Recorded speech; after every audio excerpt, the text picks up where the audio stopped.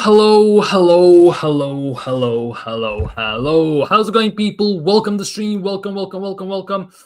Hope everyone's had a fantastic Sunday. Yeah, Premier League's game week is done pretty much. Tomorrow, obviously, Sunderland play against Everton. That's about it today. Of course, we saw City beating Bournemouth quite comfortably, to be honest. We also saw yesterday that Liverpool won quite easily against Aston Villa, let's be real. And we saw some other bits and bobs here or there, but main thing is we saw Arsenal handle their business in, to some extent, emphatic fashion against Aston Villa, against Burnley. We were very convincing in the first half, absolute domination. Second half, obviously, Gyökeres came off. We took the gas off the foot of the pedal, so we basically our play slowed down. But ultimately, 9 games in a row we have clean sheet.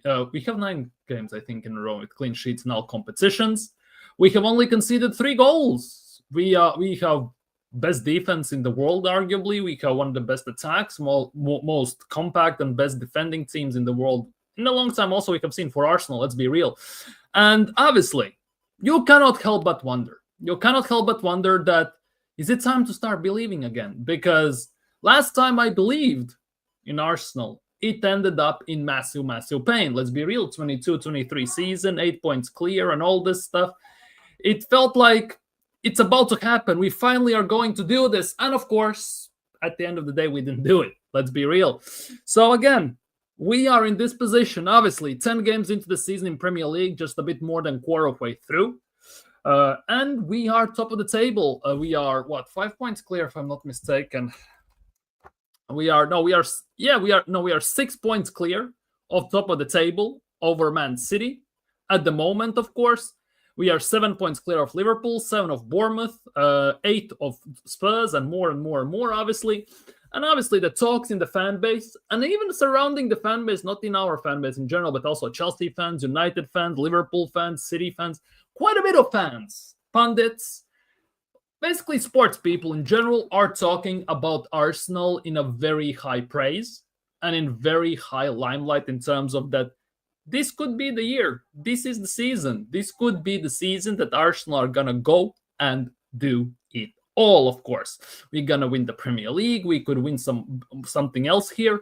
And for me, it's a bit too early to get into all of this, to start believing again, because as I said, only 10 games in. At the same time, when you look from, if you take a step backwards, let's just put it that way, and you look at the overall picture, it feels like the pieces are falling into the place. It feels like Arsenal have stumbled upon something unique. We are in a very unique position that at the moment, at least, it feels like it's Arsenal's league to win. It's not Arsenal's league to lose at the moment, but it's definitely Arsenal's league to win. We are in our defense feels like impenetrable. In the last 4 games, we have only conceived 1 shot on target, which is also insane. David Raya has 7 clean sheets out of the 10 games we have played in Premier League. And it feels like all the markings of Arsenal actually going and winning it all are in place, right? At the same time, if you've been Arsenal fan long enough, if you've experienced the pain that Arsenal can cause, you definitely feel some sort of reservations, because saying blindly right now that we are going to win the quadruple and all this stuff feels very, very rash and very, very forced at the moment. At least for me. I'm just speaking for myself here, because it's still a long way to go. It's very long way to go. 10 games in. November, December, even including January to some extent, I think will show what is what for Arsenal. It will show where we lie, where the season could lead us, and how it could impact us overall. Because we have 1 game left in Champions League against Slavia Prague, which I expect to win. We have 1 game left in Premier League against Sunderland, which I expect to win. I'm not saying it's going to be an easy game. It's going to be a light work, but I expect that game to be a win as well. Ideal scenario, another clean sheet, of course. But afterwards, our schedule is a bit iffy. Let's just put it that way, because straight after international break, we have Spurs at home. We have Bayern Munich at home in Champions League, one of the teams we struggled the most in Champions League in general. We have Chelsea away. We have obviously Brentford at home. We have Aston Villa away. And then then after that you have a mixed bag of games, right? But the start after November international break, definitely I think it's gonna show, and it could put in a big imprint on how our season is going to go. Because if after that start from November, like after international break, we win all of the games, right? If we beat Spurs, we beat Bayern Munich, or even if we draw against Bayern Munich, to be honest, to some extent. If we beat Chelsea away, which has been a very, very sketchy place for us to go in recent years. If we beat Aston Villa away, I think there will be some very, very strong and very, very big foundations laid out for Arsenal to go and win it all. And that is, again, that would be after 14, 15 games in the Premier League. That's more than almost half a season. Then there definitely will be big questions. Then we can start to talk about this. But only 10 games in, it is a bit too early for me. However, as I said before, there are definitely reasons to even maybe not talk about it very loudly, but to start thinking about it. Because so far, it feels like we have everything in place. We have avoided injuries so far, obviously, knock on wood and all this stuff. In terms of coming back from international breaks, we have had injuries to Havertz, to Odegaard, to some of other players. We have Gabriel, Saliba, technically speaking. Madueke as well, even, Saka. We have had injuries and we have still prevailed, right? So at the moment, there definitely are, indications that we could do it. Am I believing? No, I'm not. I am not believing at the moment that Arsenal are going to do it. Because the thing is, I've been hurt too many goddamn times to try to celebrate, to start to believe prematurely. Let's just put it that way. I'm not going to lie. But at the moment, I will say this. Of all the teams we have seen, of every team, to be honest, we have seen in Premier League, we definitely are in this position where we could do it. But to start to say we're going to win the quadruple and all this stuff, that is just, for me, it's dumb shit. I'm not going to lie. But there definitely are instances where we could start to talk about this. Big up, Mubarak. Hope you're doing well, people. Like and subscribe if you haven't already, by the way. For me, believing in Gyökeres is my best at the pitch. Well, Gyökeres, if he can do what he did against Burnley, and he can do it every single game, oh my goodness gracious, are we going to be in a very well spot. Big up, Gavin. Big up, Sony. Hope you're doing well today. Big up, Dio. I'm not starting to believe. I'm not starting to believe yet. But I'm definitely talking about this as there are reasons to entertain the idea at the moment. Because for me, it's only November.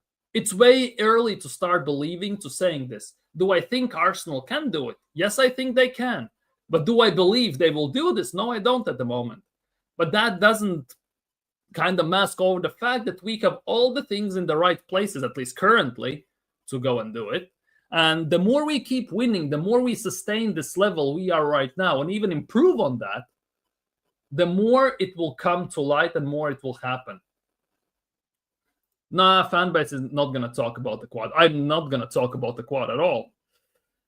Big up, Kendon. Hope you're doing well today. Big up, bro. I'm not believing yet because I believed in 22-23 season and we all saw how that went. I believed in 23-24, a bit less, but I believed and we saw how that went. I believed years before in the Leicester season and we saw how that went. So I'm not going to start believing yet. Enjoyed the wins, exactly. But as we all know from the past, they just end up being nice moments for the club and the fans. And that is the biggest thing. If history has taught us something, it's not to celebrate too early, not to get carried away. Take this all step by step, one step at a time, and see what develops from that. To start saying right now, we are winning the league, we are doing this, we are doing that, for me, it's not a thing. I don't know. It's just me personally. And big up Claire. Big up Claire. Big up. Thank you so much. Genuinely, Thank you for your massive donation, for everything, the love you showed on insane amount of channels. Like, it's insane, genuinely insane. Much appreciate that. Thank you from the bottom of my heart. Much thank you. Draw with Bayern Munich. Don't be doing this to my boy. Obviously, she's an Olise fan, so she would love to see Olise at Arsenal. Let's be real, people, as well, if I'm not mistaken. But yeah, she doesn't want to see Bayern losing. But yeah, that game against Bayern is gonna be insane. That game against Bayern is gonna be insane, because you could argue it's gonna be the best defense in Europe, in the world, arguably, to one of the best attacks in Europe and in the world at the moment. So it definitely will be interesting who is going to come out on top. Obviously, still, November international break. We need to come out of that injury unscathed and all this stuff. But hey, let's just put it that way. Like, see, this stuff, what Dio is doing, I'm not going to do right now. And I'm not going to do it for the longest time. I'm not going to get on that. Big up Hyper Protagonist. Hope you're doing well. I only believe when it's mathematically impossible for rivals to catch us. To some extent, I believe that. I understand that. Let's just say March, right? If it's March, we are 12 points clear, even 10 to some extent. I will believe, because as much as Arteta has balled it before, as much as this team has fallen short before, the where we are at the moment doing things, the way and the situation, I can see it. But at the moment, it's way too early way too early. I need big sample size. I need to get past November, December, Boxing Days and everything. Plus, I have to see what we get in Champions League. So basically, by the end of January, it will be interesting to see. And also will be interesting to see how January transfer window pans out. Because I still believe that in this team, there are 2, maybe 3 positions where if we get injuries in our main squad, in main 11, our season's expectations instantly hit a handbrake. Let's just put it that way. And that starts with Declan Rice. Because for him, we don't have a proper replacement. And if he gets injured, our midfield has lost its workhorse. Our midfield has lost someone who covers also Zubimendi to some extent, and also defense. For him, we lose set pieces in general. Because so far, whenever somebody else has taken free kicks, corners, it hasn't been to the same level, nowhere near. Declan Rice has that on lock. And if that happens, massive issues, instantly. Gabriel, yes, he has Kinkapi as the backup and everything. Gabriel is more of the fact about set pieces again, because since set pieces are a massive part of our game, Gabriel is also a focal point of our team in set pieces, corners, free kicks, and everything. If he goes out, who is going to take his spot? Because somehow, whenever I watch Gabriel on set pieces, 9 times out of 10, he's always open, because we have kind of designed it that way. He always has a good chance to score or lay it off to somebody else. Who is going to take his place? Because so far, to many extents, we have not seen after Gabriel anyone cause such havoc with set pieces. Obviously, Calafiori has scored, Timber has scored from set pieces and stuff like that. But to fully replace a player like Gabriel for extended period of time, we have not seen that, right? And as well, for me, if you know my channel, if you know what I talk about quite a bit, is the fact that for me, Gabriel arguably is the most important Arsenal center back in the team. For us to replace Gabriel would be harder than replacing Saliba if we would lose one of those 2. That is also one thing. Big up to you. Big up. Big up, Claire, once again. Big up, Claire. Big up, Claire. Big up, Anfield the Red. Big up. I missed too many of your streams in a row, man. Big up. It's all good. All good. Doesn't matter if you missed them all. You are here today. Big up to you for dropping by. Stream idea, most underrated Premier League 11. Premier League 11 since 1992, you know. I haven't watched Premier League since 1992, so it would be a bit subjective. I'm not going to, obviously, that's the underrated 11s and best 11s and all this stuff are subjective in general, right? But I haven't watched Premier League for such a long time that I would be very qualified to talk about it. However, what I'm going to do, here's a pen. Wait, not this one. Here's a pen, and I will write this stream idea down for future reference for international break specifically, because during international break, I have some ideas lined up, but this also is going to go on the list. Let's just put it that way. Give me a sec, just.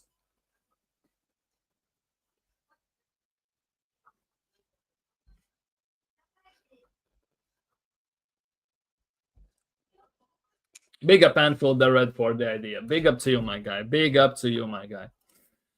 Do you know what even the opponent starts believing that it's difficult to beat Arsenal now? I think so. The more we produce performances like we have over this course of the season, and especially in the last few games, especially even to more bigger extent, the more we do this, the more it will give our opponents a headache to try and beat us, to try even survive against us to some extent. Because with these set pieces, right, we have created an instance where our opponents kind of are boxed in. Their backs are against the wall. Because if they're going to go toe-to-toe with us, 9 times out of 10, we're going to outplay them from open play. Because our team from open play, we have seen how it goes. It's long for anyone. If they play mid-low blocks, set pieces, and free kick situations, and we have seen how Arsenal do on those, it's almost like a penalty. It's almost quite safe to assume that at some point we're going to score to some extent, right? So it's either you have the opposing teams, especially the smaller ones, mid-table ones and stuff like that, need to pick one of the two evils, which will seem less worse in those type of situations, right? And especially if we can add scoring from open play to all that mix, which we are trying to do, and we did against Burnley as well, the second goal and all this stuff, their backs are going to be even more against the wall. And the more we do this, the more we maintain this level, the more power to us and the bigger chances for us as well. I see Arteta making you drop points in all your next 3 games: Sunderland, Chelsea, and Spurs. I don't trust Arteta. Yeah, you just are trying to speak into existence our downfall, because you are 7 points clear. You have lost 4 games in a row in Premier League and everything, and you are just not there yet. You are not there with us up top, where you should be based on how much you have spent and the players you have signed, technically, right? So you're just trying to cause a havoc and create a downfall for Arsenal. You're just trying to speak it into existence. Saying that, we have seen over the years that Arteta has this instance where he shoots himself in the leg somehow.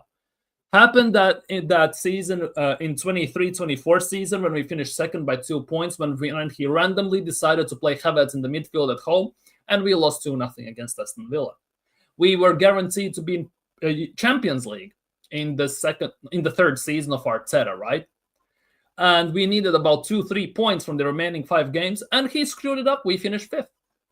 So there have been instances, and even more in the Cups, not even mentioning those, where Arsenal have been in these instances where Arteta screws it up, where the team screws it up, and basically shoots themselves in the leg. There have been those. Hence why I'm holding back all my judgments in terms of, yeah, we're going to win this, yeah, quadruples and everything Dio was saying before. Hence why I'm holding it back. Because the track record from the past is nothing to be excited about. Right? On top of that, also, Arteta has coached Arsenal in 8, I think, semi-final games. We have scored 3 goals, and we have drawn 2 and lost 6, or drawn 3 and lost 5. We haven't won a semi-final game. And prime example was last year when we lost to PSG and drew against them, when we lost to PSG, when we lost to Liverpool, remember Anfield? It was a draw at Anfield. You beat us at Emirates. When we lost 2 times 2-0 against Newcastle. When we lost to Villarreal, by the way, we lost 2-1 away. And we drew 0-0 at home and everything. And it was all sits up. Let's just say it as it is. The track record also is not great in these key moments, in these high-pressure situations. Hence why I'm holding back my judgment, at least for now. If he proves me otherwise, I will be more than glad to sit here with my hands in the air and saying we're going to do this. But for now, I'm holding back. That is the thing. But in the fan base, you need these split opinions, split decisions, split personalities that are saying we are doing it all and I'm holding it back. You need those, because otherwise fan base wouldn't be fan base and humans would not be humans. Let's just put it that way. I am more cautious in that regard. Some people are believing in the hype and living off emotions, and people are different like that. Big up Andrew. Big up Andrew. Hope you're doing well today, my guy. Reduce the idea to Emirates era underrated 11. Although such team will choke on silver, it's too much of a range in the all Premier League. Exactly. I might do Arsenal underrated 11 in Premier League era or the Emirates era even. I might do in Emirates era.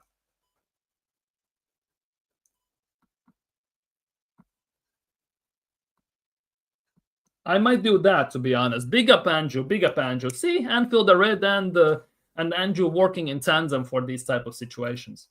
I see you dropping points in your next week too, man. So, man thinks Arteta is Slot. No, I don't, because Arteta hasn't won Premier League. At least Slot has done it. Didn't take time or anything. Slot at least has done it. Arteta hasn't in 6 years. Let's see what he does in his 7th year.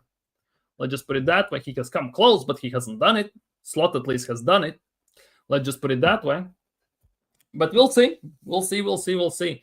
Time only will tell. Patience, self-awareness, and timing is going to be key. For me, and I was talking to someone on TikTok, right? Someone said, no, it wasn't on TikTok. It was in YouTube Shorts comments, right? Someone said that Arteta has done a great job so far this season, which I agree, to be honest, to some extent. Do I agree with every decision he has made? No, I don't, right? He also didn't, as far as I understood, right? But he agreed on the point that this season still we need to be very lucky. We need to avoid injuries. We need to other teams to maybe have also a stumbling block, because it's kind of inevitable that we also going to have a stumbling block. The question is how much we're going to bounce back and all these things, right? So, yeah, injuries was one of the key aspects. Also the situations, how we handle certain aspects, how we bounce back once we lose a game, for example, is also going to be key. Because we all know that winning breeds winning, right? The more you win, the morale goes up, the more you win and continue to win. It also could have a negative effect. If you lose, you keep on losing. It also will be key how we bounce back from also a loss, because I don't expect this rest of the season go unbeaten. I expect us to lose at least one or two more. Well, not at least one or two. That sounds kind of mad to say even right now, but it feels like that right now. But I expect us to lose some games. For me, the question also is going to be, how are we going to bounce back? That for me is a very big key aspect. Because if that mentality instantly slumps once we lose, it's going to be long. But if we instantly bounce back, next game we win and we again kick on, fantastic. Because one of the main things how you win the league most of the time is you maintain the level. Because if you do a roller coaster ride, there are big possibilities to at the end of the season you're going to be at the bottom of that ride and you're going to fall short. However, if you try to maintain your level, right, consistent, then it actually balances each other out. And over the course of 38 games, maintaining the balance and the right mentality, it is the right key. For me, at least, personally. Slot didn't win the Prem with his own team, though. As soon as he start making his own team, it's Galas. But he win the Premier League, though. That is a big thing. Big up, Jackie. Big up, Jackie. Hope you're doing well. Big up, doing well. Big up, Josh. Big up, Josh. Hope you're doing well today, my guy. Hope you're doing well today, my guy. If you have a second, you can jump on as well. If you got a second, you have some free time. But if you're doing a watch along or something like that, or you're going on some panel shows, all good, my man. All good, my man. People, go subscribe to True Gooner as well. Very, very, very, very close to 20,000 subscribers. People, he is on the road to 20,000 subscribers. If you haven't already, go subscribe to him and go show him some love. Top guy, top content, watch alongs, panel shows, even women's football to some extent. If you wanna, go, drop him a sub and a like as well. We have already lost the game though. Yeah, and expect to lose more. Slot's career is in backwards. He got a good team and shit opponents. Now he got the players unwanted and taken an L. Arteta took 6 years to get it right with the players he wanted. Yeah, exactly. And that is the biggest thing. He took 6 years, quite a lot of money, but it looks like he might be getting there. I'm not getting overexcited about it as just yet, but at the moment, it looks like he actually might do it, and that is the nuts part. I hope he does it. I genuinely hope he does it.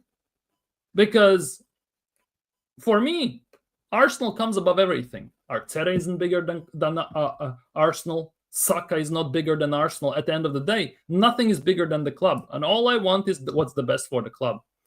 If Arteta does it, good for him, good for the club. If he doesn't, well, sayonara at the end of the day. I sounded like a top Gooner, though. Nothing wrong with that. Nothing wrong with that. Big up, Josh. Big up. As I said, invitation stands. If you are open, if you have time, you can jump on. If you are busy and everything, all good, my man. All good, my man. Just throwing it out there. But I think Chelsea and Spurs are not in the good condition to give. Yeah, they are not. But at the same time, first things first. North London derby always it doesn't matter what form anyone's in. It's always a scrappy fest, to say the least. No, it doesn't matter if it's at Anfield. Well, if it's at our own, it's at Emirates, or is it at their Spurs stadium? And my camera, see, as I'm talking about Spurs, has done a madness, which means even camera doesn't think that Spurs are going to throw us a challenge. Speaking of Chelsea, in the last few years when we go to Chelsea, when Chelsea hasn't been greatest, we still have somehow only stinked out draws. Chelsea away also has been a bit of a hindrance for us. It's a London derby and everything. So I'm not holding my breath as of yet. Do I expect to win those games? Yes, I do, because Spurs so far haven't done nothing. They don't show anything special. And Chelsea as well. They don't show anything special. I expect to win those games. At the same time, we all know how football is very unpredictable. Football is a humbler at the end of the day. So we'll see. We'll see how that goes. We are not losing another game. And even if we do, it only be 1-2 games at most. We are clear, most likely 1 or 2 loss.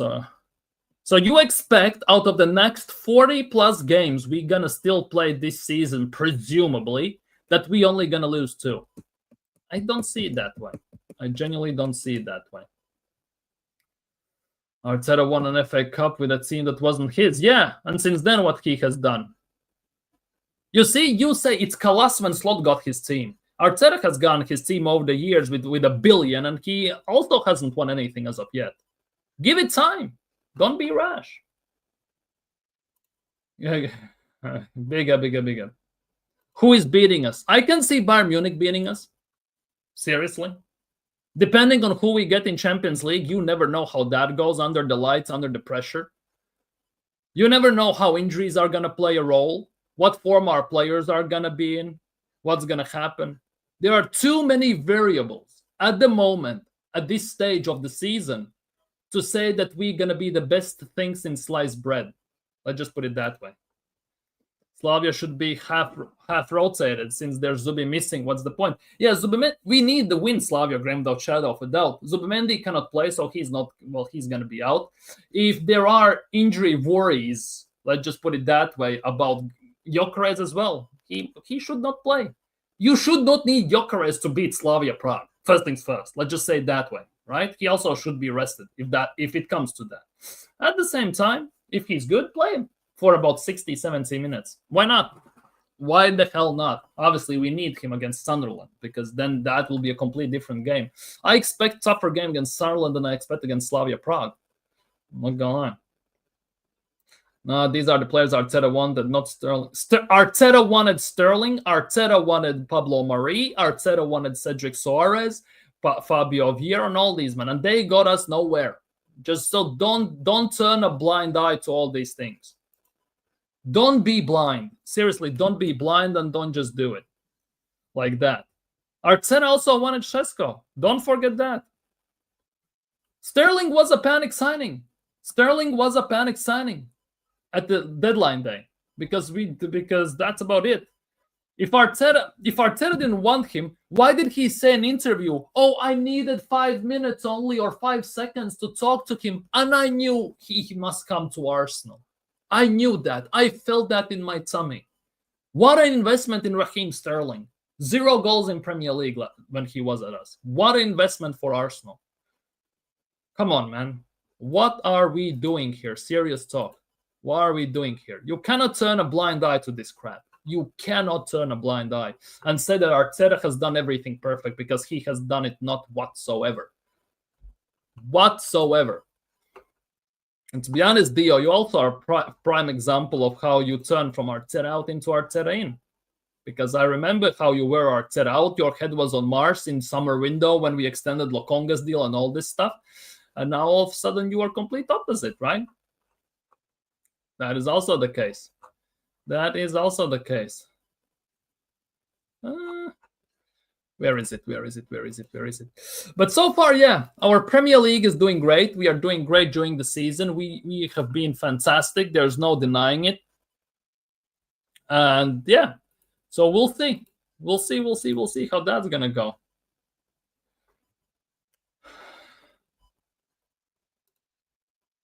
You cannot put everything on Edu. Like, serious talk.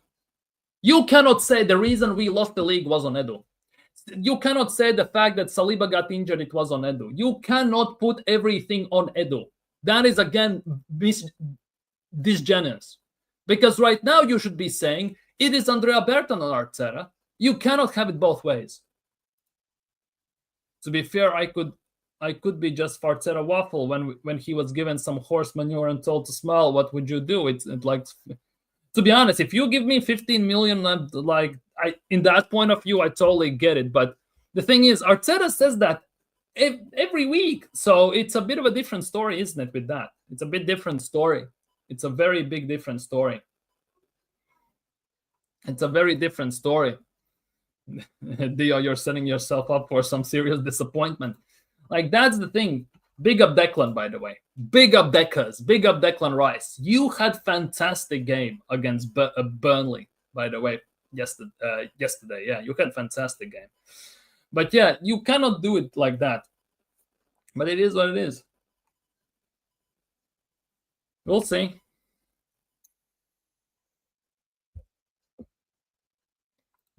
The fact that you alone said the reason we lost the league is on Edu, then the reason why we win the league is Andrea Berta, not Arteta, based on what you're saying. On top of all that, the fact that you're saying that Gyökeres is the backup striker at Arsenal is even more ludicrous than you were saying before. Like, come on, man. Take that tinfoil hat off as well to some extent. Nigga, I appreciate that. Man of the match performance yesterday. Man of the match performance. You deserved it. Big up to you. Big up to you. Hopefully you do some of the same against Sunderland and against Slavia Prague as well. Let's just put it that way. Yeah, it is like that. It is like that. It is like that. It's the same Dio that said that Berta is a fraud as well. Same who said Arteta out. It's the same Dio, by the way. Let's just put it that way. It's the same. It is the same. Dio is Dioing, if you put it that way. But yeah, people, we'll see. But what's Arsenal's schedule looking like at the moment? Because that is a big thing at the moment. We have Sunderland, obviously, and we have talked about the nearest games. But it's gonna be.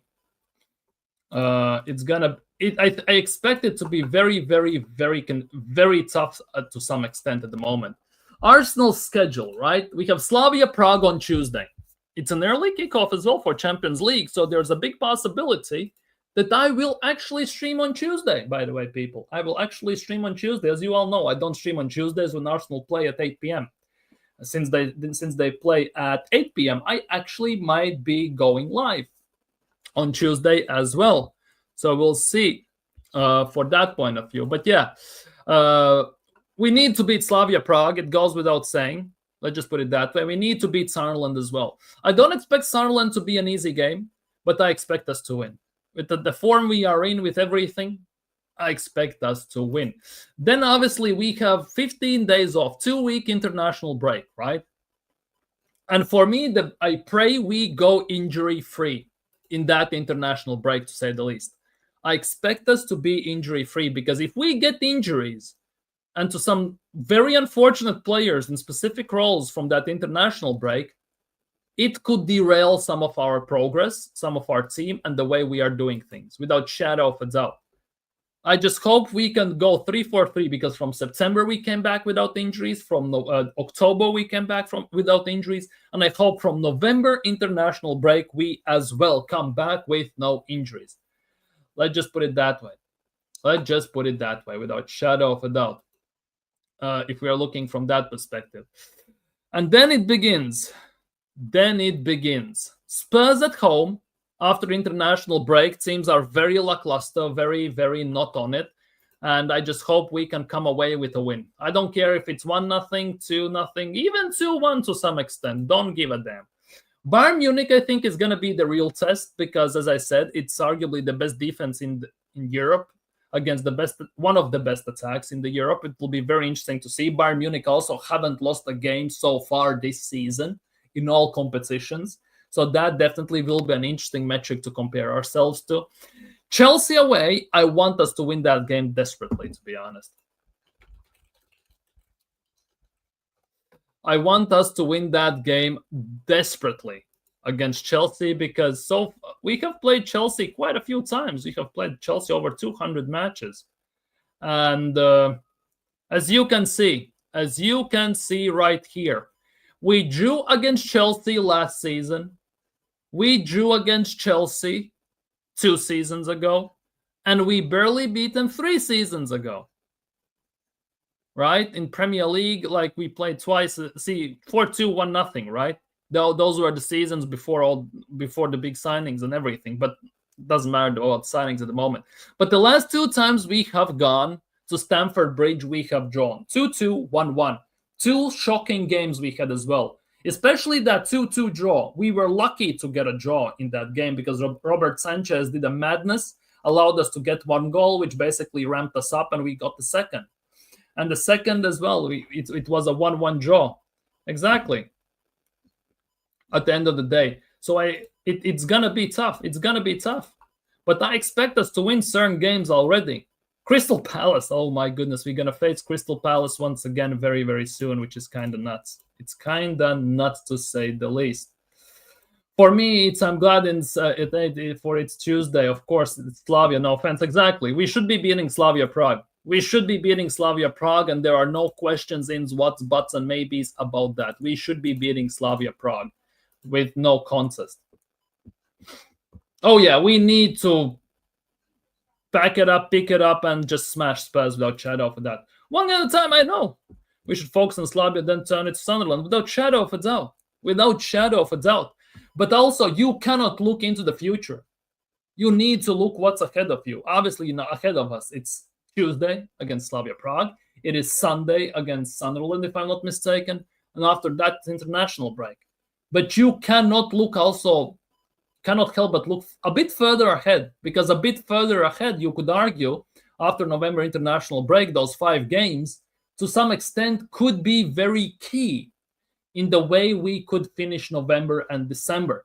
Because for Arsenal, usually the toughest times have been the April games, have been the November, December games. Usually when the games ramp up, all the cups kick in to full extent, especially if you go further in the Carabao Cup, everything comes at you once. That's when the squad depth is going to be tested to the maximum extent. That's when the squad depth is going to get utilized even more. And if they are not on it, given the time that they don't play a lot, that is the big thing. They need to be on it pretty much instantly. Because in these situations, we cannot allow any drop-offs. And we saw against Brighton how walk-through easy was our midfield in terms of Merino and Norgard. Obviously, you can put it down partially to the lack of game involvement, right? At the same time, you need to realize that, for example, Norgard is not going to get insane amount of minutes. Many of those players are not going to get insane amount of minutes. And when their number is called upon in specific games, they must be on it. Because we cannot afford to play our main 11 every single game, risk injuries even more than we have already over the last few years. Because one injury could derail our whole season. As weird as it sounds, as nuts as it sounds, but one injury to Declan Rice can derail our whole season to some extent. And if it combines and if it's kind of parallels with another injury to like Gabriel, it gets even worse. So we need that rotation. We need that squad management. We need those proper substitutions and everything. We need that to the maximum extent, to say the least, without shadow of a doubt. We beat Bayern. Ken gonna talk about how good the Arsenal defense is after the game. Yeah, sure. If we win, great. But I'm not gonna be saying, "Oh, we're gonna smash Bayern." Pray for Bayern. Last time we played them. Best team for Arsenal in the last decade or so. It was the worst Bayern team in the last decade or so. And we still lost to them, to say the least. Expecting heavy rotation before that Sunderland-Chelsea run starts. Sunderland-Chelsea. What? Sunderland-Chelsea. So you want to rotate against what? Bayern or Spurs? Chelsea run. Oh, you mean afterwards? Maybe. Hopefully. Why Gyökeres and Mendes was substituted, they were injured or just rest them. Arteta said, and you know how much we can trust Arteta, right? Let's be real, right? Arteta said, and we know how much we can trust that Gyökeres, he felt some muscular discomfort, so he was substituted at halftime. Zubimendi requested getting subbed off himself because he felt something apparently, so go figure. Eze was substituted because Arteta wanted to sub him off. That is a different story. That's the thing. You can't look into the future. We can get Raya, Timber, Rice, half-season injuries, and we are 15. Yeah, exactly. We cannot predict anything. That is the big one. A Rice injury doesn't stop us. It can, and it will to some extent. It will be like, for example, getting a not to say getting a flat, maybe as well getting a flat on a car, because you will stop and you will have to change the flat tire. You may have a spare, but it's not going to be as good as the main one to some extent and everything. It's definitely going to be. Not the relax. Rice doesn't stop us, but it's like getting shot in the leg. We are much slower. Yeah, and don't forget if Rice is on set pieces, we lose half our set piece power in that regard. They'll be saying it's the worst Bayern team and the worst Bundesliga and all the. Yeah, sure. I beg Arsenal win something, because you will have your tail between your legs if we don't win Premier League or Champions League this season. Big up Fusion is not jazz. Big up on the other side. Hope you're doing well. Kepa isn't this system player yet. He's good shot stopper, but distribution and cooperation with the defenders, it might be Ramsdale levels. Yeah, maybe he's watching the pigeons too much, Bayern is unfinished business. Their Twitter admin and chairman trolled us. Yeah, it is unfinished business. Because, let's be real, against Bayern Munich, 9 times out of 10, they come out on top. That's the biggest issue. Big up, Gary. Hope you're doing well. Big up, Gary. People, if you haven't already, go subscribe to Gary as well. Top content, top guy. Arsenal fan, of course, as well. Go show him some love, people.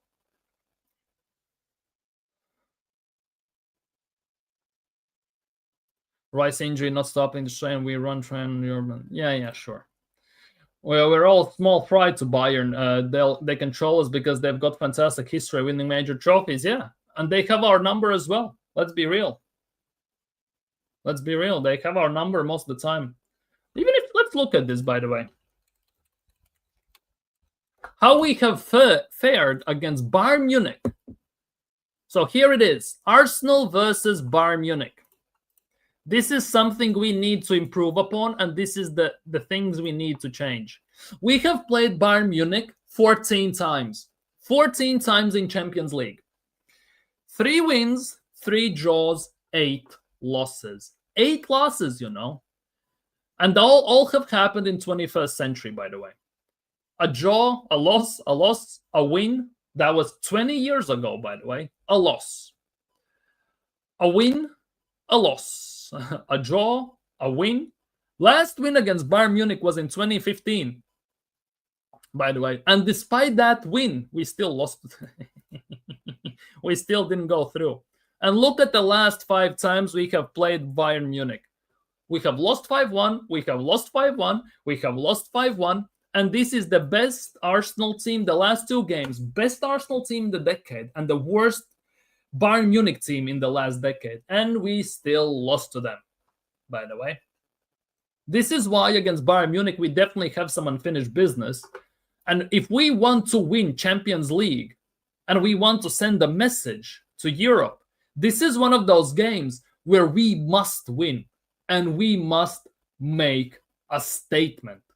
Win in all this time, to say the least. I feel like you got the for the fever, man. Yeah. What happens this season? We are winning. I can't wait to see what we win in particular. Yeah, and if we win against Sunderland, a big whoop if we don't win the league or Champions League or stuff like that. Wait. No hype. I do make light fun modeling the future, though. Well, I can model that I'm gonna, I don't know, date Megan Fox for the next 15 years. I can model that future, but it's never gonna happen. Let's be real. I can do that too, but eventually I get that dizzy feeling still and some previous season flashbacks. Exactly. History should be an example, a thing you learn from. History teaches us a lot. And if you don't learn from your past, you're never going to become better in the future. And history is a good way to see what is what.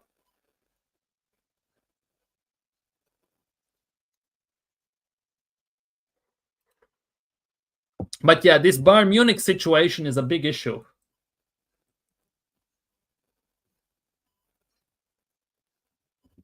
See?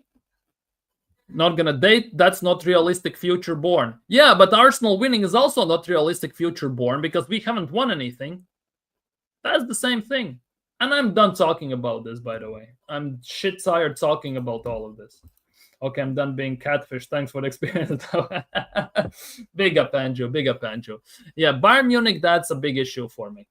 That if we win against Bayern Munich, I think that is gonna show a lot about Arsenal and where we stand at this current stage of the at that stage of the season and how it's going to go. Without shadow of a doubt, I think that is one of the benchmark wins if we win that game. Of course, that it's gonna make or break our season. Potentially, not 100%, but potentially, it could definitely show some indications. So we'll see how that's gonna go. We'll see. Definitely, we're gonna see. But yeah, for me, it's way too early to start believing yet. There are indications, there are marks of that, but for me to get on the hype train and all this stuff, nah, I have been on that hype train in previous seasons before, and I have been genuinely disappointed. So I'm not gonna jump to that yet, as of yet at least. We'll see. We'll see. We'll see how that's gonna work. But yeah, so far. By the way, anyone has heard anything about Gyökeres today or Zubimendi? By the way, anyone has heard anything? Because Arteta talking about these injuries, feeling something, and there is nothing for anyone to say in terms of everything. There's nothing I have seen so far in any updates in that point of view. There's nothing. Absolutely nothing. Zilch dead quiet. That for me is the biggest issue at the moment. Arsenal need effectively 2 more wins and 1 joint Champions League to qualify for the knockout stage. Well, yeah, that is we need 2 wins and 1 draw. Well, we can do that against Kairat Almaty, against Club Brugge potentially, of course, and we can do that against Slavia Prague. That is overall. But to qualify in the top 8, I think we need much more to qualify in the top 8. Let's just put it that way. Where is Arsenal? And this is the big thing. 2 games. Wait, we need men's team, don't we?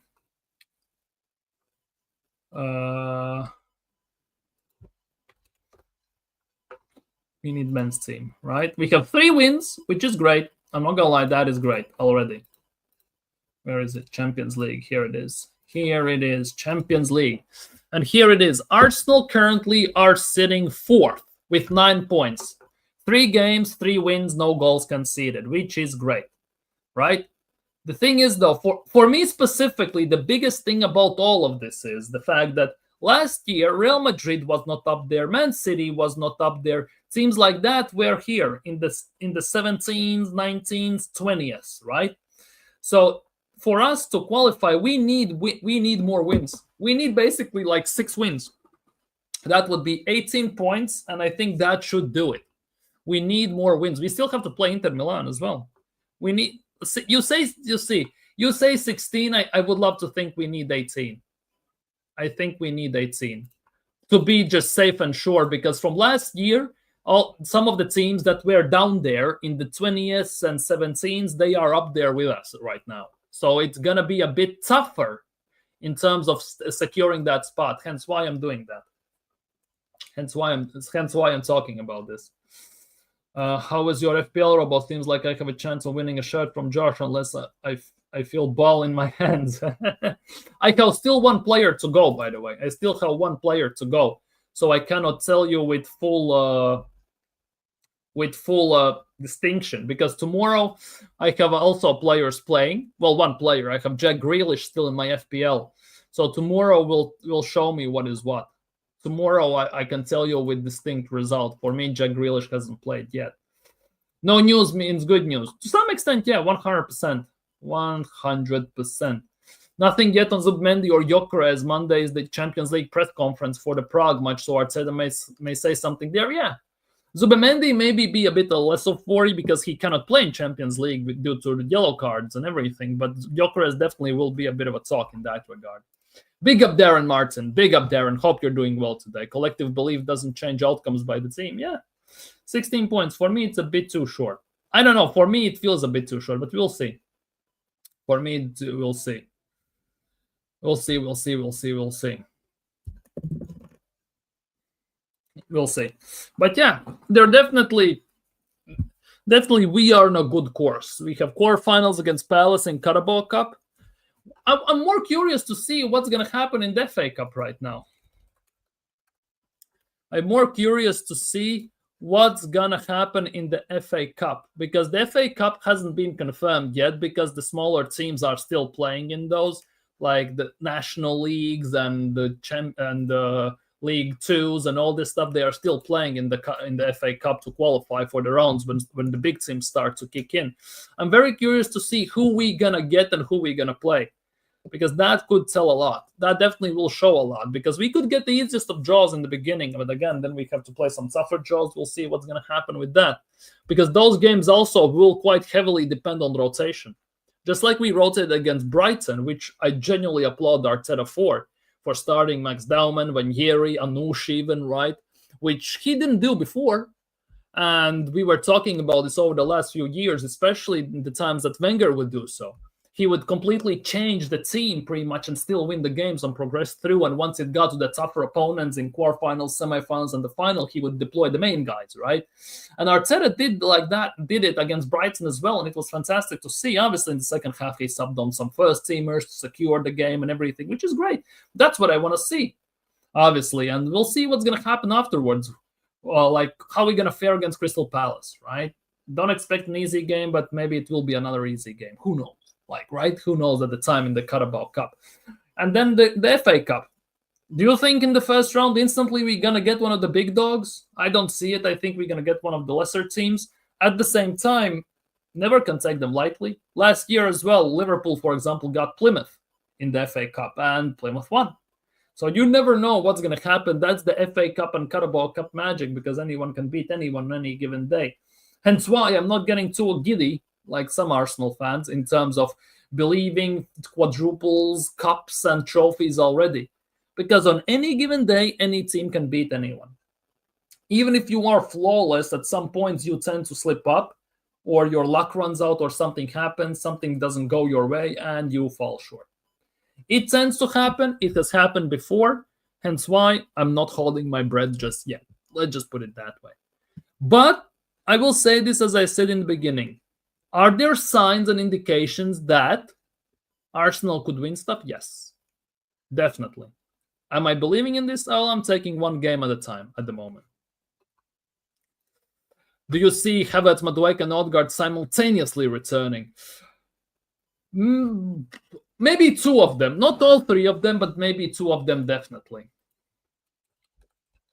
Because there are talks that Havertz might be back after international break. Odegaard might be back after international break. So it will be interesting to see when they return. Because the thing is, at the moment, right, I expect two of them to return, but the expected return for some of these guys, to be honest, are simultaneous, since you asked this, right, Andrew? Since you're talking about this, here it is. Odegaard, wait, let me zoom this a bit more. Odegaard, Havertz, and Madueke all are projected to return at the same time. November 23rd and November 24th, right? And Arsenal's first game after international break is November 23rd, basically the Spurs game. So we might see maybe some of them on the bench. Maybe they might be maybe in the stands, but ready to go. Maybe we could, I don't think, although we might maybe see some of them against Bayern Munich. We'll see. Because they are training with not with the squad, but they're training separately. We'll see. We'll see how that's going to go. You're definitely going to see. Time only will tell.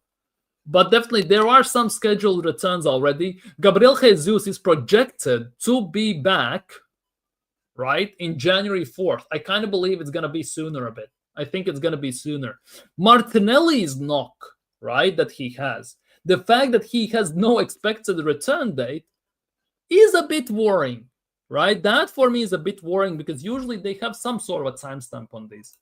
Madueke returning might fluff one of my passion project videos. I kind of plan to release it before his return. Well, you have 3 weeks. You have 3 weeks, so better get on it. Better get on it. Not fussed about Havertz, Odegaard, Madueke returning as their crap anyways. The thing is, you say you are not fussed, right? Handed.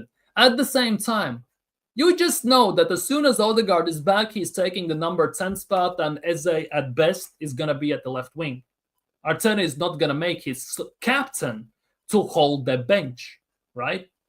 Havertz might be starting over Gyökeres, although Gyökeres had fantastic first half against Burnley. If we see much more of that, there will be big arguments for Havertz not to start, but Gyökeres to start, because already there are Arsenal fans who are screaming for Gyökeres to be dropped and start instead of Havertz, and start Havertz instead, right?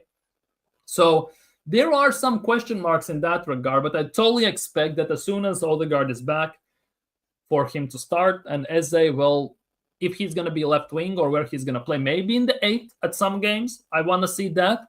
We were on the brink of seeing Odegaard as a Rice or Odegaard as a Zubimendi midfield already. Unfortunately, Odegaard had to get injured, so we couldn't see that to full extent. Maybe we could see some of that as well, because I think that could be very interesting to see and very interesting 11 midfield specifically to utilize. Yeah, play them in Carabao Cup. Would you trust them against Palace in the Carabao Cup? Though, but there's still units to use. Yeah. Big up, Sacks. Big up, Sacks. Hope you're doing well. What are you not factoring into your big quad predictions that Havertz and Odegaard are Arteta's boyfriends and he can't wait to shove them back into the team when he does mirror? Well, he is. That's the thing, Darren. He is. Dio is a tippity top of the toppest of Gooners right now. So for him, every single player is just as good as R9, as Prime Kaka, Riquelme, George Hadji, and Johan Cruyff, and all them, man. Having a striker like Gyökeres creates more space as defenders are focused on him as he can run behind. Exactly. And he also takes off attention from our wings, which gives us more spaces to attack to. Exactly. But you just know that some fans don't see it that way. And Arteta also, he is just itching to start Odegaard and Havertz. With the returning players coming back at the end of the month, I will feel like I'm impromptu autumn window. Plus Jesus, who many forgot about. Jesus is coming back next year, according to this. But personally, I expect him to be back earlier. Somehow, I have a very sneaky feeling that Jesus is going to be back in December. And it's when Arteta favors Havertz, Odegaard, Madueke, that's still got sits up. Reminds me of the time Trossard was balling and dropped for Jesus to return. Yeah, and he did the same with Emil Smith-Rowe. He was putting in man-of-the-match performances, and he got dropped instantly. It is like that. It definitely is like that. Maybe not as much Madueke, maybe, but Havertz and Jesus, Havertz and Odegaard, 100%. This winning squad will soon be changed for the worse. There is a possibility of that. There is a massive possibility of that, because there is a reason why there is the saying that winners don't change teams. The winners stay the same. And Arteta definitely is itching to change them. That, for me, is the biggest worry. Will Jesus be utilized at all, even? Runs to the field and gets another injury, he's done. Yeah. Jesus might be loaned out in January. I've heard those rumors. Jesus might be played for the rest of the season. I've heard also that, provided he stays fit, obviously. The thing is, for me, though, Jesus, in an ideal scenario, Jesus plays on the wing. And on the left wing, maybe even, because he's right-footed, he can cut in, definitely would help us. But he needs to track back, and we all know that with his knees and his injury record playing and track back, no chance in hell. I hope so, Andrew, from a sentimental aspect, and he's not half bad, Yeah, to some extent, yeah. I'm keeping my powder dry if Arteta has balled at bigger leads. Exactly. Hence why I'm also, the stream title is it time to start believing again? For me, no, it's not. Yes, there are signs that there is a possibility of that, given that we keep winning and we show more proof that we can do it, right? But at the moment, it's way too early. Only 10 games into Premier League, and you are already talking about quad and all this crap. Way too early. The season is barely a bit more than quarter of a way through. In Premier League, 28 games to go. In all competitions combined, 40-odd games. If you get to the latter stages, it's overall still 45, almost 60 games. 50 games to go. Like, come on, man. It's way too early to be talking about this stuff. Way too early, to say the least. At the same time, you cannot deny that the signs are encouraging at the moment. Very encouraging, to say the least. Mate, I like Jesus. He's actually a great addition to this team. Yeah, same. I really like Jesus. At City, and I like him right now, but same, he's injured all the time. That's the biggest issue. But he's already admitted his knees are shattered. I gave him more chances than Martinelli, and Martinelli is 24 or something. Yeah.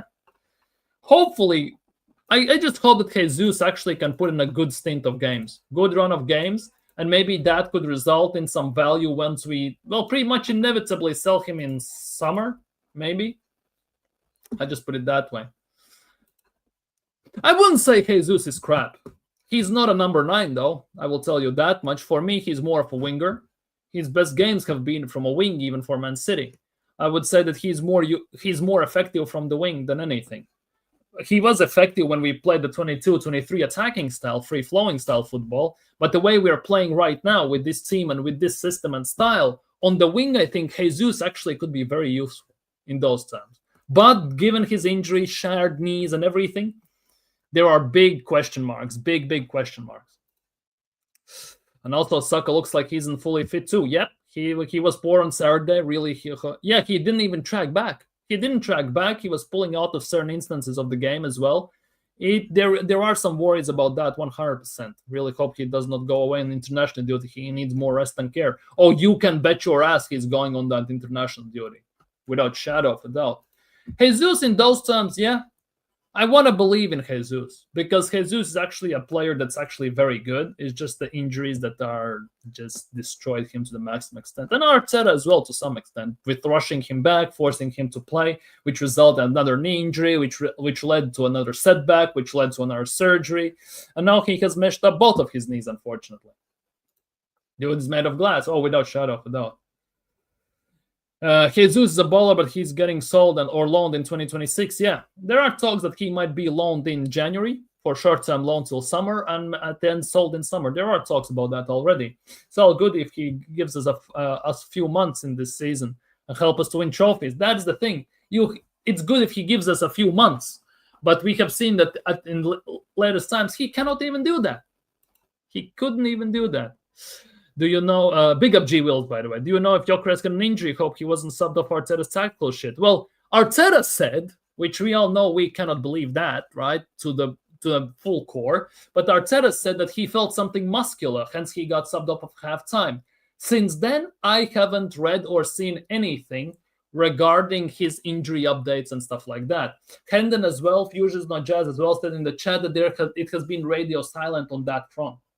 Tomorrow there is pre-Champions League Slavia Prague press conference. Maybe Arteta will shed some light there, of course. But the fact that it's silent, it might be a good sign that there's nothing to report upon. Might be a good sign. Obviously, Arsenal might be playing cards close to their chest, of course. But, well, fingers crossed. Let's just put it that way. Yeah, crap and glass are too different. Jesus even admitted, yeah, he admitted that. It's not Strong's point. The thing is, he's not a striker. That is the biggest issue here. He is being played as a striker when he is not a striker. For me, he has always been a winger. Right wing, left wing, that depends on interpretation, how you want to play. And I think as a winger, he would be much more useful. Yes, he might have lost some pace, let's be real. But with the technical ability and touches and everything he can create, would not put it past him being a very good winger when Arsenal actually play him, if they play him. Agreed, Saka needs to get injured next week, so Tuchel doesn't play him for 90 minutes against flipping Andorra types. Yeah, playing against the Andorra is long, way long. The way they play, it's actually pain, to say the least. Who are England playing even in the international break? England has, they have Serbia at home, and they have Albania away. Technically, you would not need Saka to win those games, but you just know Thomas Tuchel, with the World Cup year coming up, he will want to use him. London to South Hooker and for Jesus won't want him. There are talks about Everton and West Ham. I assume the wages also would be split, very split in those terms. I think 50-50 or something like that, or 60-40. I assume it wouldn't be full coverage from the club that receives him as well. Arteta plays strikers as wingers and wingers as strikers. Yeah, that is the biggest issue here. Martinelli is more a number 9 than a winger, but he gets played at a wing. Trossard is more of a secondary striker, false 9, than he is a winger. And then Jesus is more of a winger than he's a striker. So make it make sense. Exactly. Make it make sense from that point of view. I totally agree with you. It's somehow as backwards. Let's just put it that way. In England have already qualified. Yeah, they're only team from Europe who have qualified already. So time for Tuchel to bring in other players, leave players like Rice and Saka behind. Yeah. Just call up Wharton, call up, I don't know, Hudson-Odoi, call up, Danny Welbeck, for God's sakes. Call all those men up. Don't call up Saka and Rice, who you already 100% know that are going to play in World Cup, provided they're not injured, right? So call up some other players, test them out, see how they look, do all that stuff. Come on, man. The last 2 matches are dead rubbers. Exactly. England is the only team from Europe who have already qualified to World Cup, right? So there should not be that big of an issue with that. At the same time, Tuchel might want to basically help them adjust the system, fit into the system and all this stuff. So God knows. Trossard has been really good past few games. Yeah, he has. Calafiori and him play good together, and Trossard is a creative outlet from left. Exactly. That is the good part. That is a very good part and a good point as well. Calafiori has been actually very good this season. In the last few games, he actually has been very good defensively as well, last 2 games, I would say. But going forward, yeah, Calafiori plays as a striker half the time, which gives Trossard options to play the ball to, triangles and everything. They have been very good. With Martinelli not breathing down Trossard's neck, Trossard actually has been very good. Very good. Big up, man. Big up. I went to my sports store. Just opened for my football kids. They had on display Yamal, Mbappe, Haaland, etc. But Arsenal, we had Havertz on display. Oh, bloody hell. Imagine. You have football kits on display. Yamal, Mbappe, Haaland. And then you look, wonder what Arsenal have, and it's Havertz. It's not Gyökeres, it's not Saka, not even Odegaard, by the way. It is Kai Havertz, people. It is Kai Havertz. I might think this is Ryan, but I might be wrong. So correct. So I'm sorry if I'm wrong. But yeah, that is actually nuts that Kai Havertz is actually the main poster child for Arsenal's kit display. That is kind of nuts. Yeah, it's Ryan. Okay, with YouTube doing the ad thing now, I genuinely guessed from the profile picture. Genuinely guessed from the profile picture. Big up, Ryan. Hope you're doing well today, my guy. And wait, let me check. Is there anything on Arsenal? No, there's not. There's definitely nothing regarding Arsenal news today. So that is that, I guess. That is that. I'll be honest. I slacked Calafiori, but he seems to be used differently in different games. Yeah, he has, because there were a few games where he stayed more back, and he actually looked very decent as well. So credit where credit is due to him and the style that we utilized in those games. And that was against Atletico Madrid as well. He stayed a bit. He stayed back a bit. No, it was Skelly. Where did he play?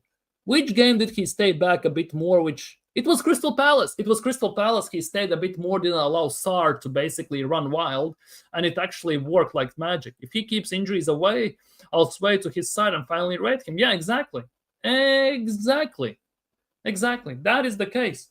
Going forwards, there's no questions that he's useful going forwards. He plays striker, left wing, right. He plays everywhere when we go up top. But defensively, also, he's been actually very decent. Who will you start against Prague? Are we going to talk about Slavia Prague game? Damn, people are very anxious to talk about Slavia Prague game. Slavia Prague game, we're going to talk tomorrow. Since we play on Tuesday, tomorrow's Monday, we're going to talk about Slavia Prague tomorrow. Calafiori is a new Nuno Mendes. I want Skelly in the midfield more often. Give Rice and the rest for Zubi. Okay, comparing Calafiori to Nuno Mendes, that is wild. I'm not gonna lie, even for some stuff, right? But I want Skelly in the midfield. The fact that Kinkapia even comes on as a left back in the last game as well could be a very strong argument that at some point we're gonna see Skelly in the 8, definitely. But Assad, Martinelli, one of them needs to go. We still need to address the left wing position. Right wing is secured and selected, but the only danger from the left is right corners. Right? Yeah, true. Don't forget, as soon as Odegaard is back, big possibilities. Eze is going to play left wing. You cannot forget that as well, by the way. You cannot forget that as well, by the way. That you have to keep in mind, Andrew. You have to keep that in mind. No, I mean how they play Nuno is 10 times better. Well, how they play now, obviously. Nuno Mendes. That's the nuts part. Arsenal went to Portugal the same year PSG signed Nuno. Arsenal signed Nuno Tavares, if I'm not mistaken. How we did screw that up, God knows. But it is what it is. If I'm not mistaken, it was the same year. Semenyo or Leao? Oh, Jopcik.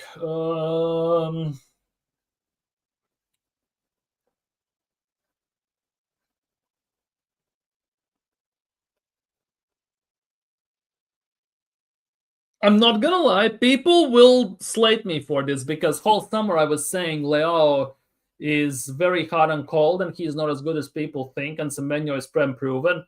But I will say, if I have to pick one of them with, I don't know, gun to my head in type of situation, I'm picking Leao.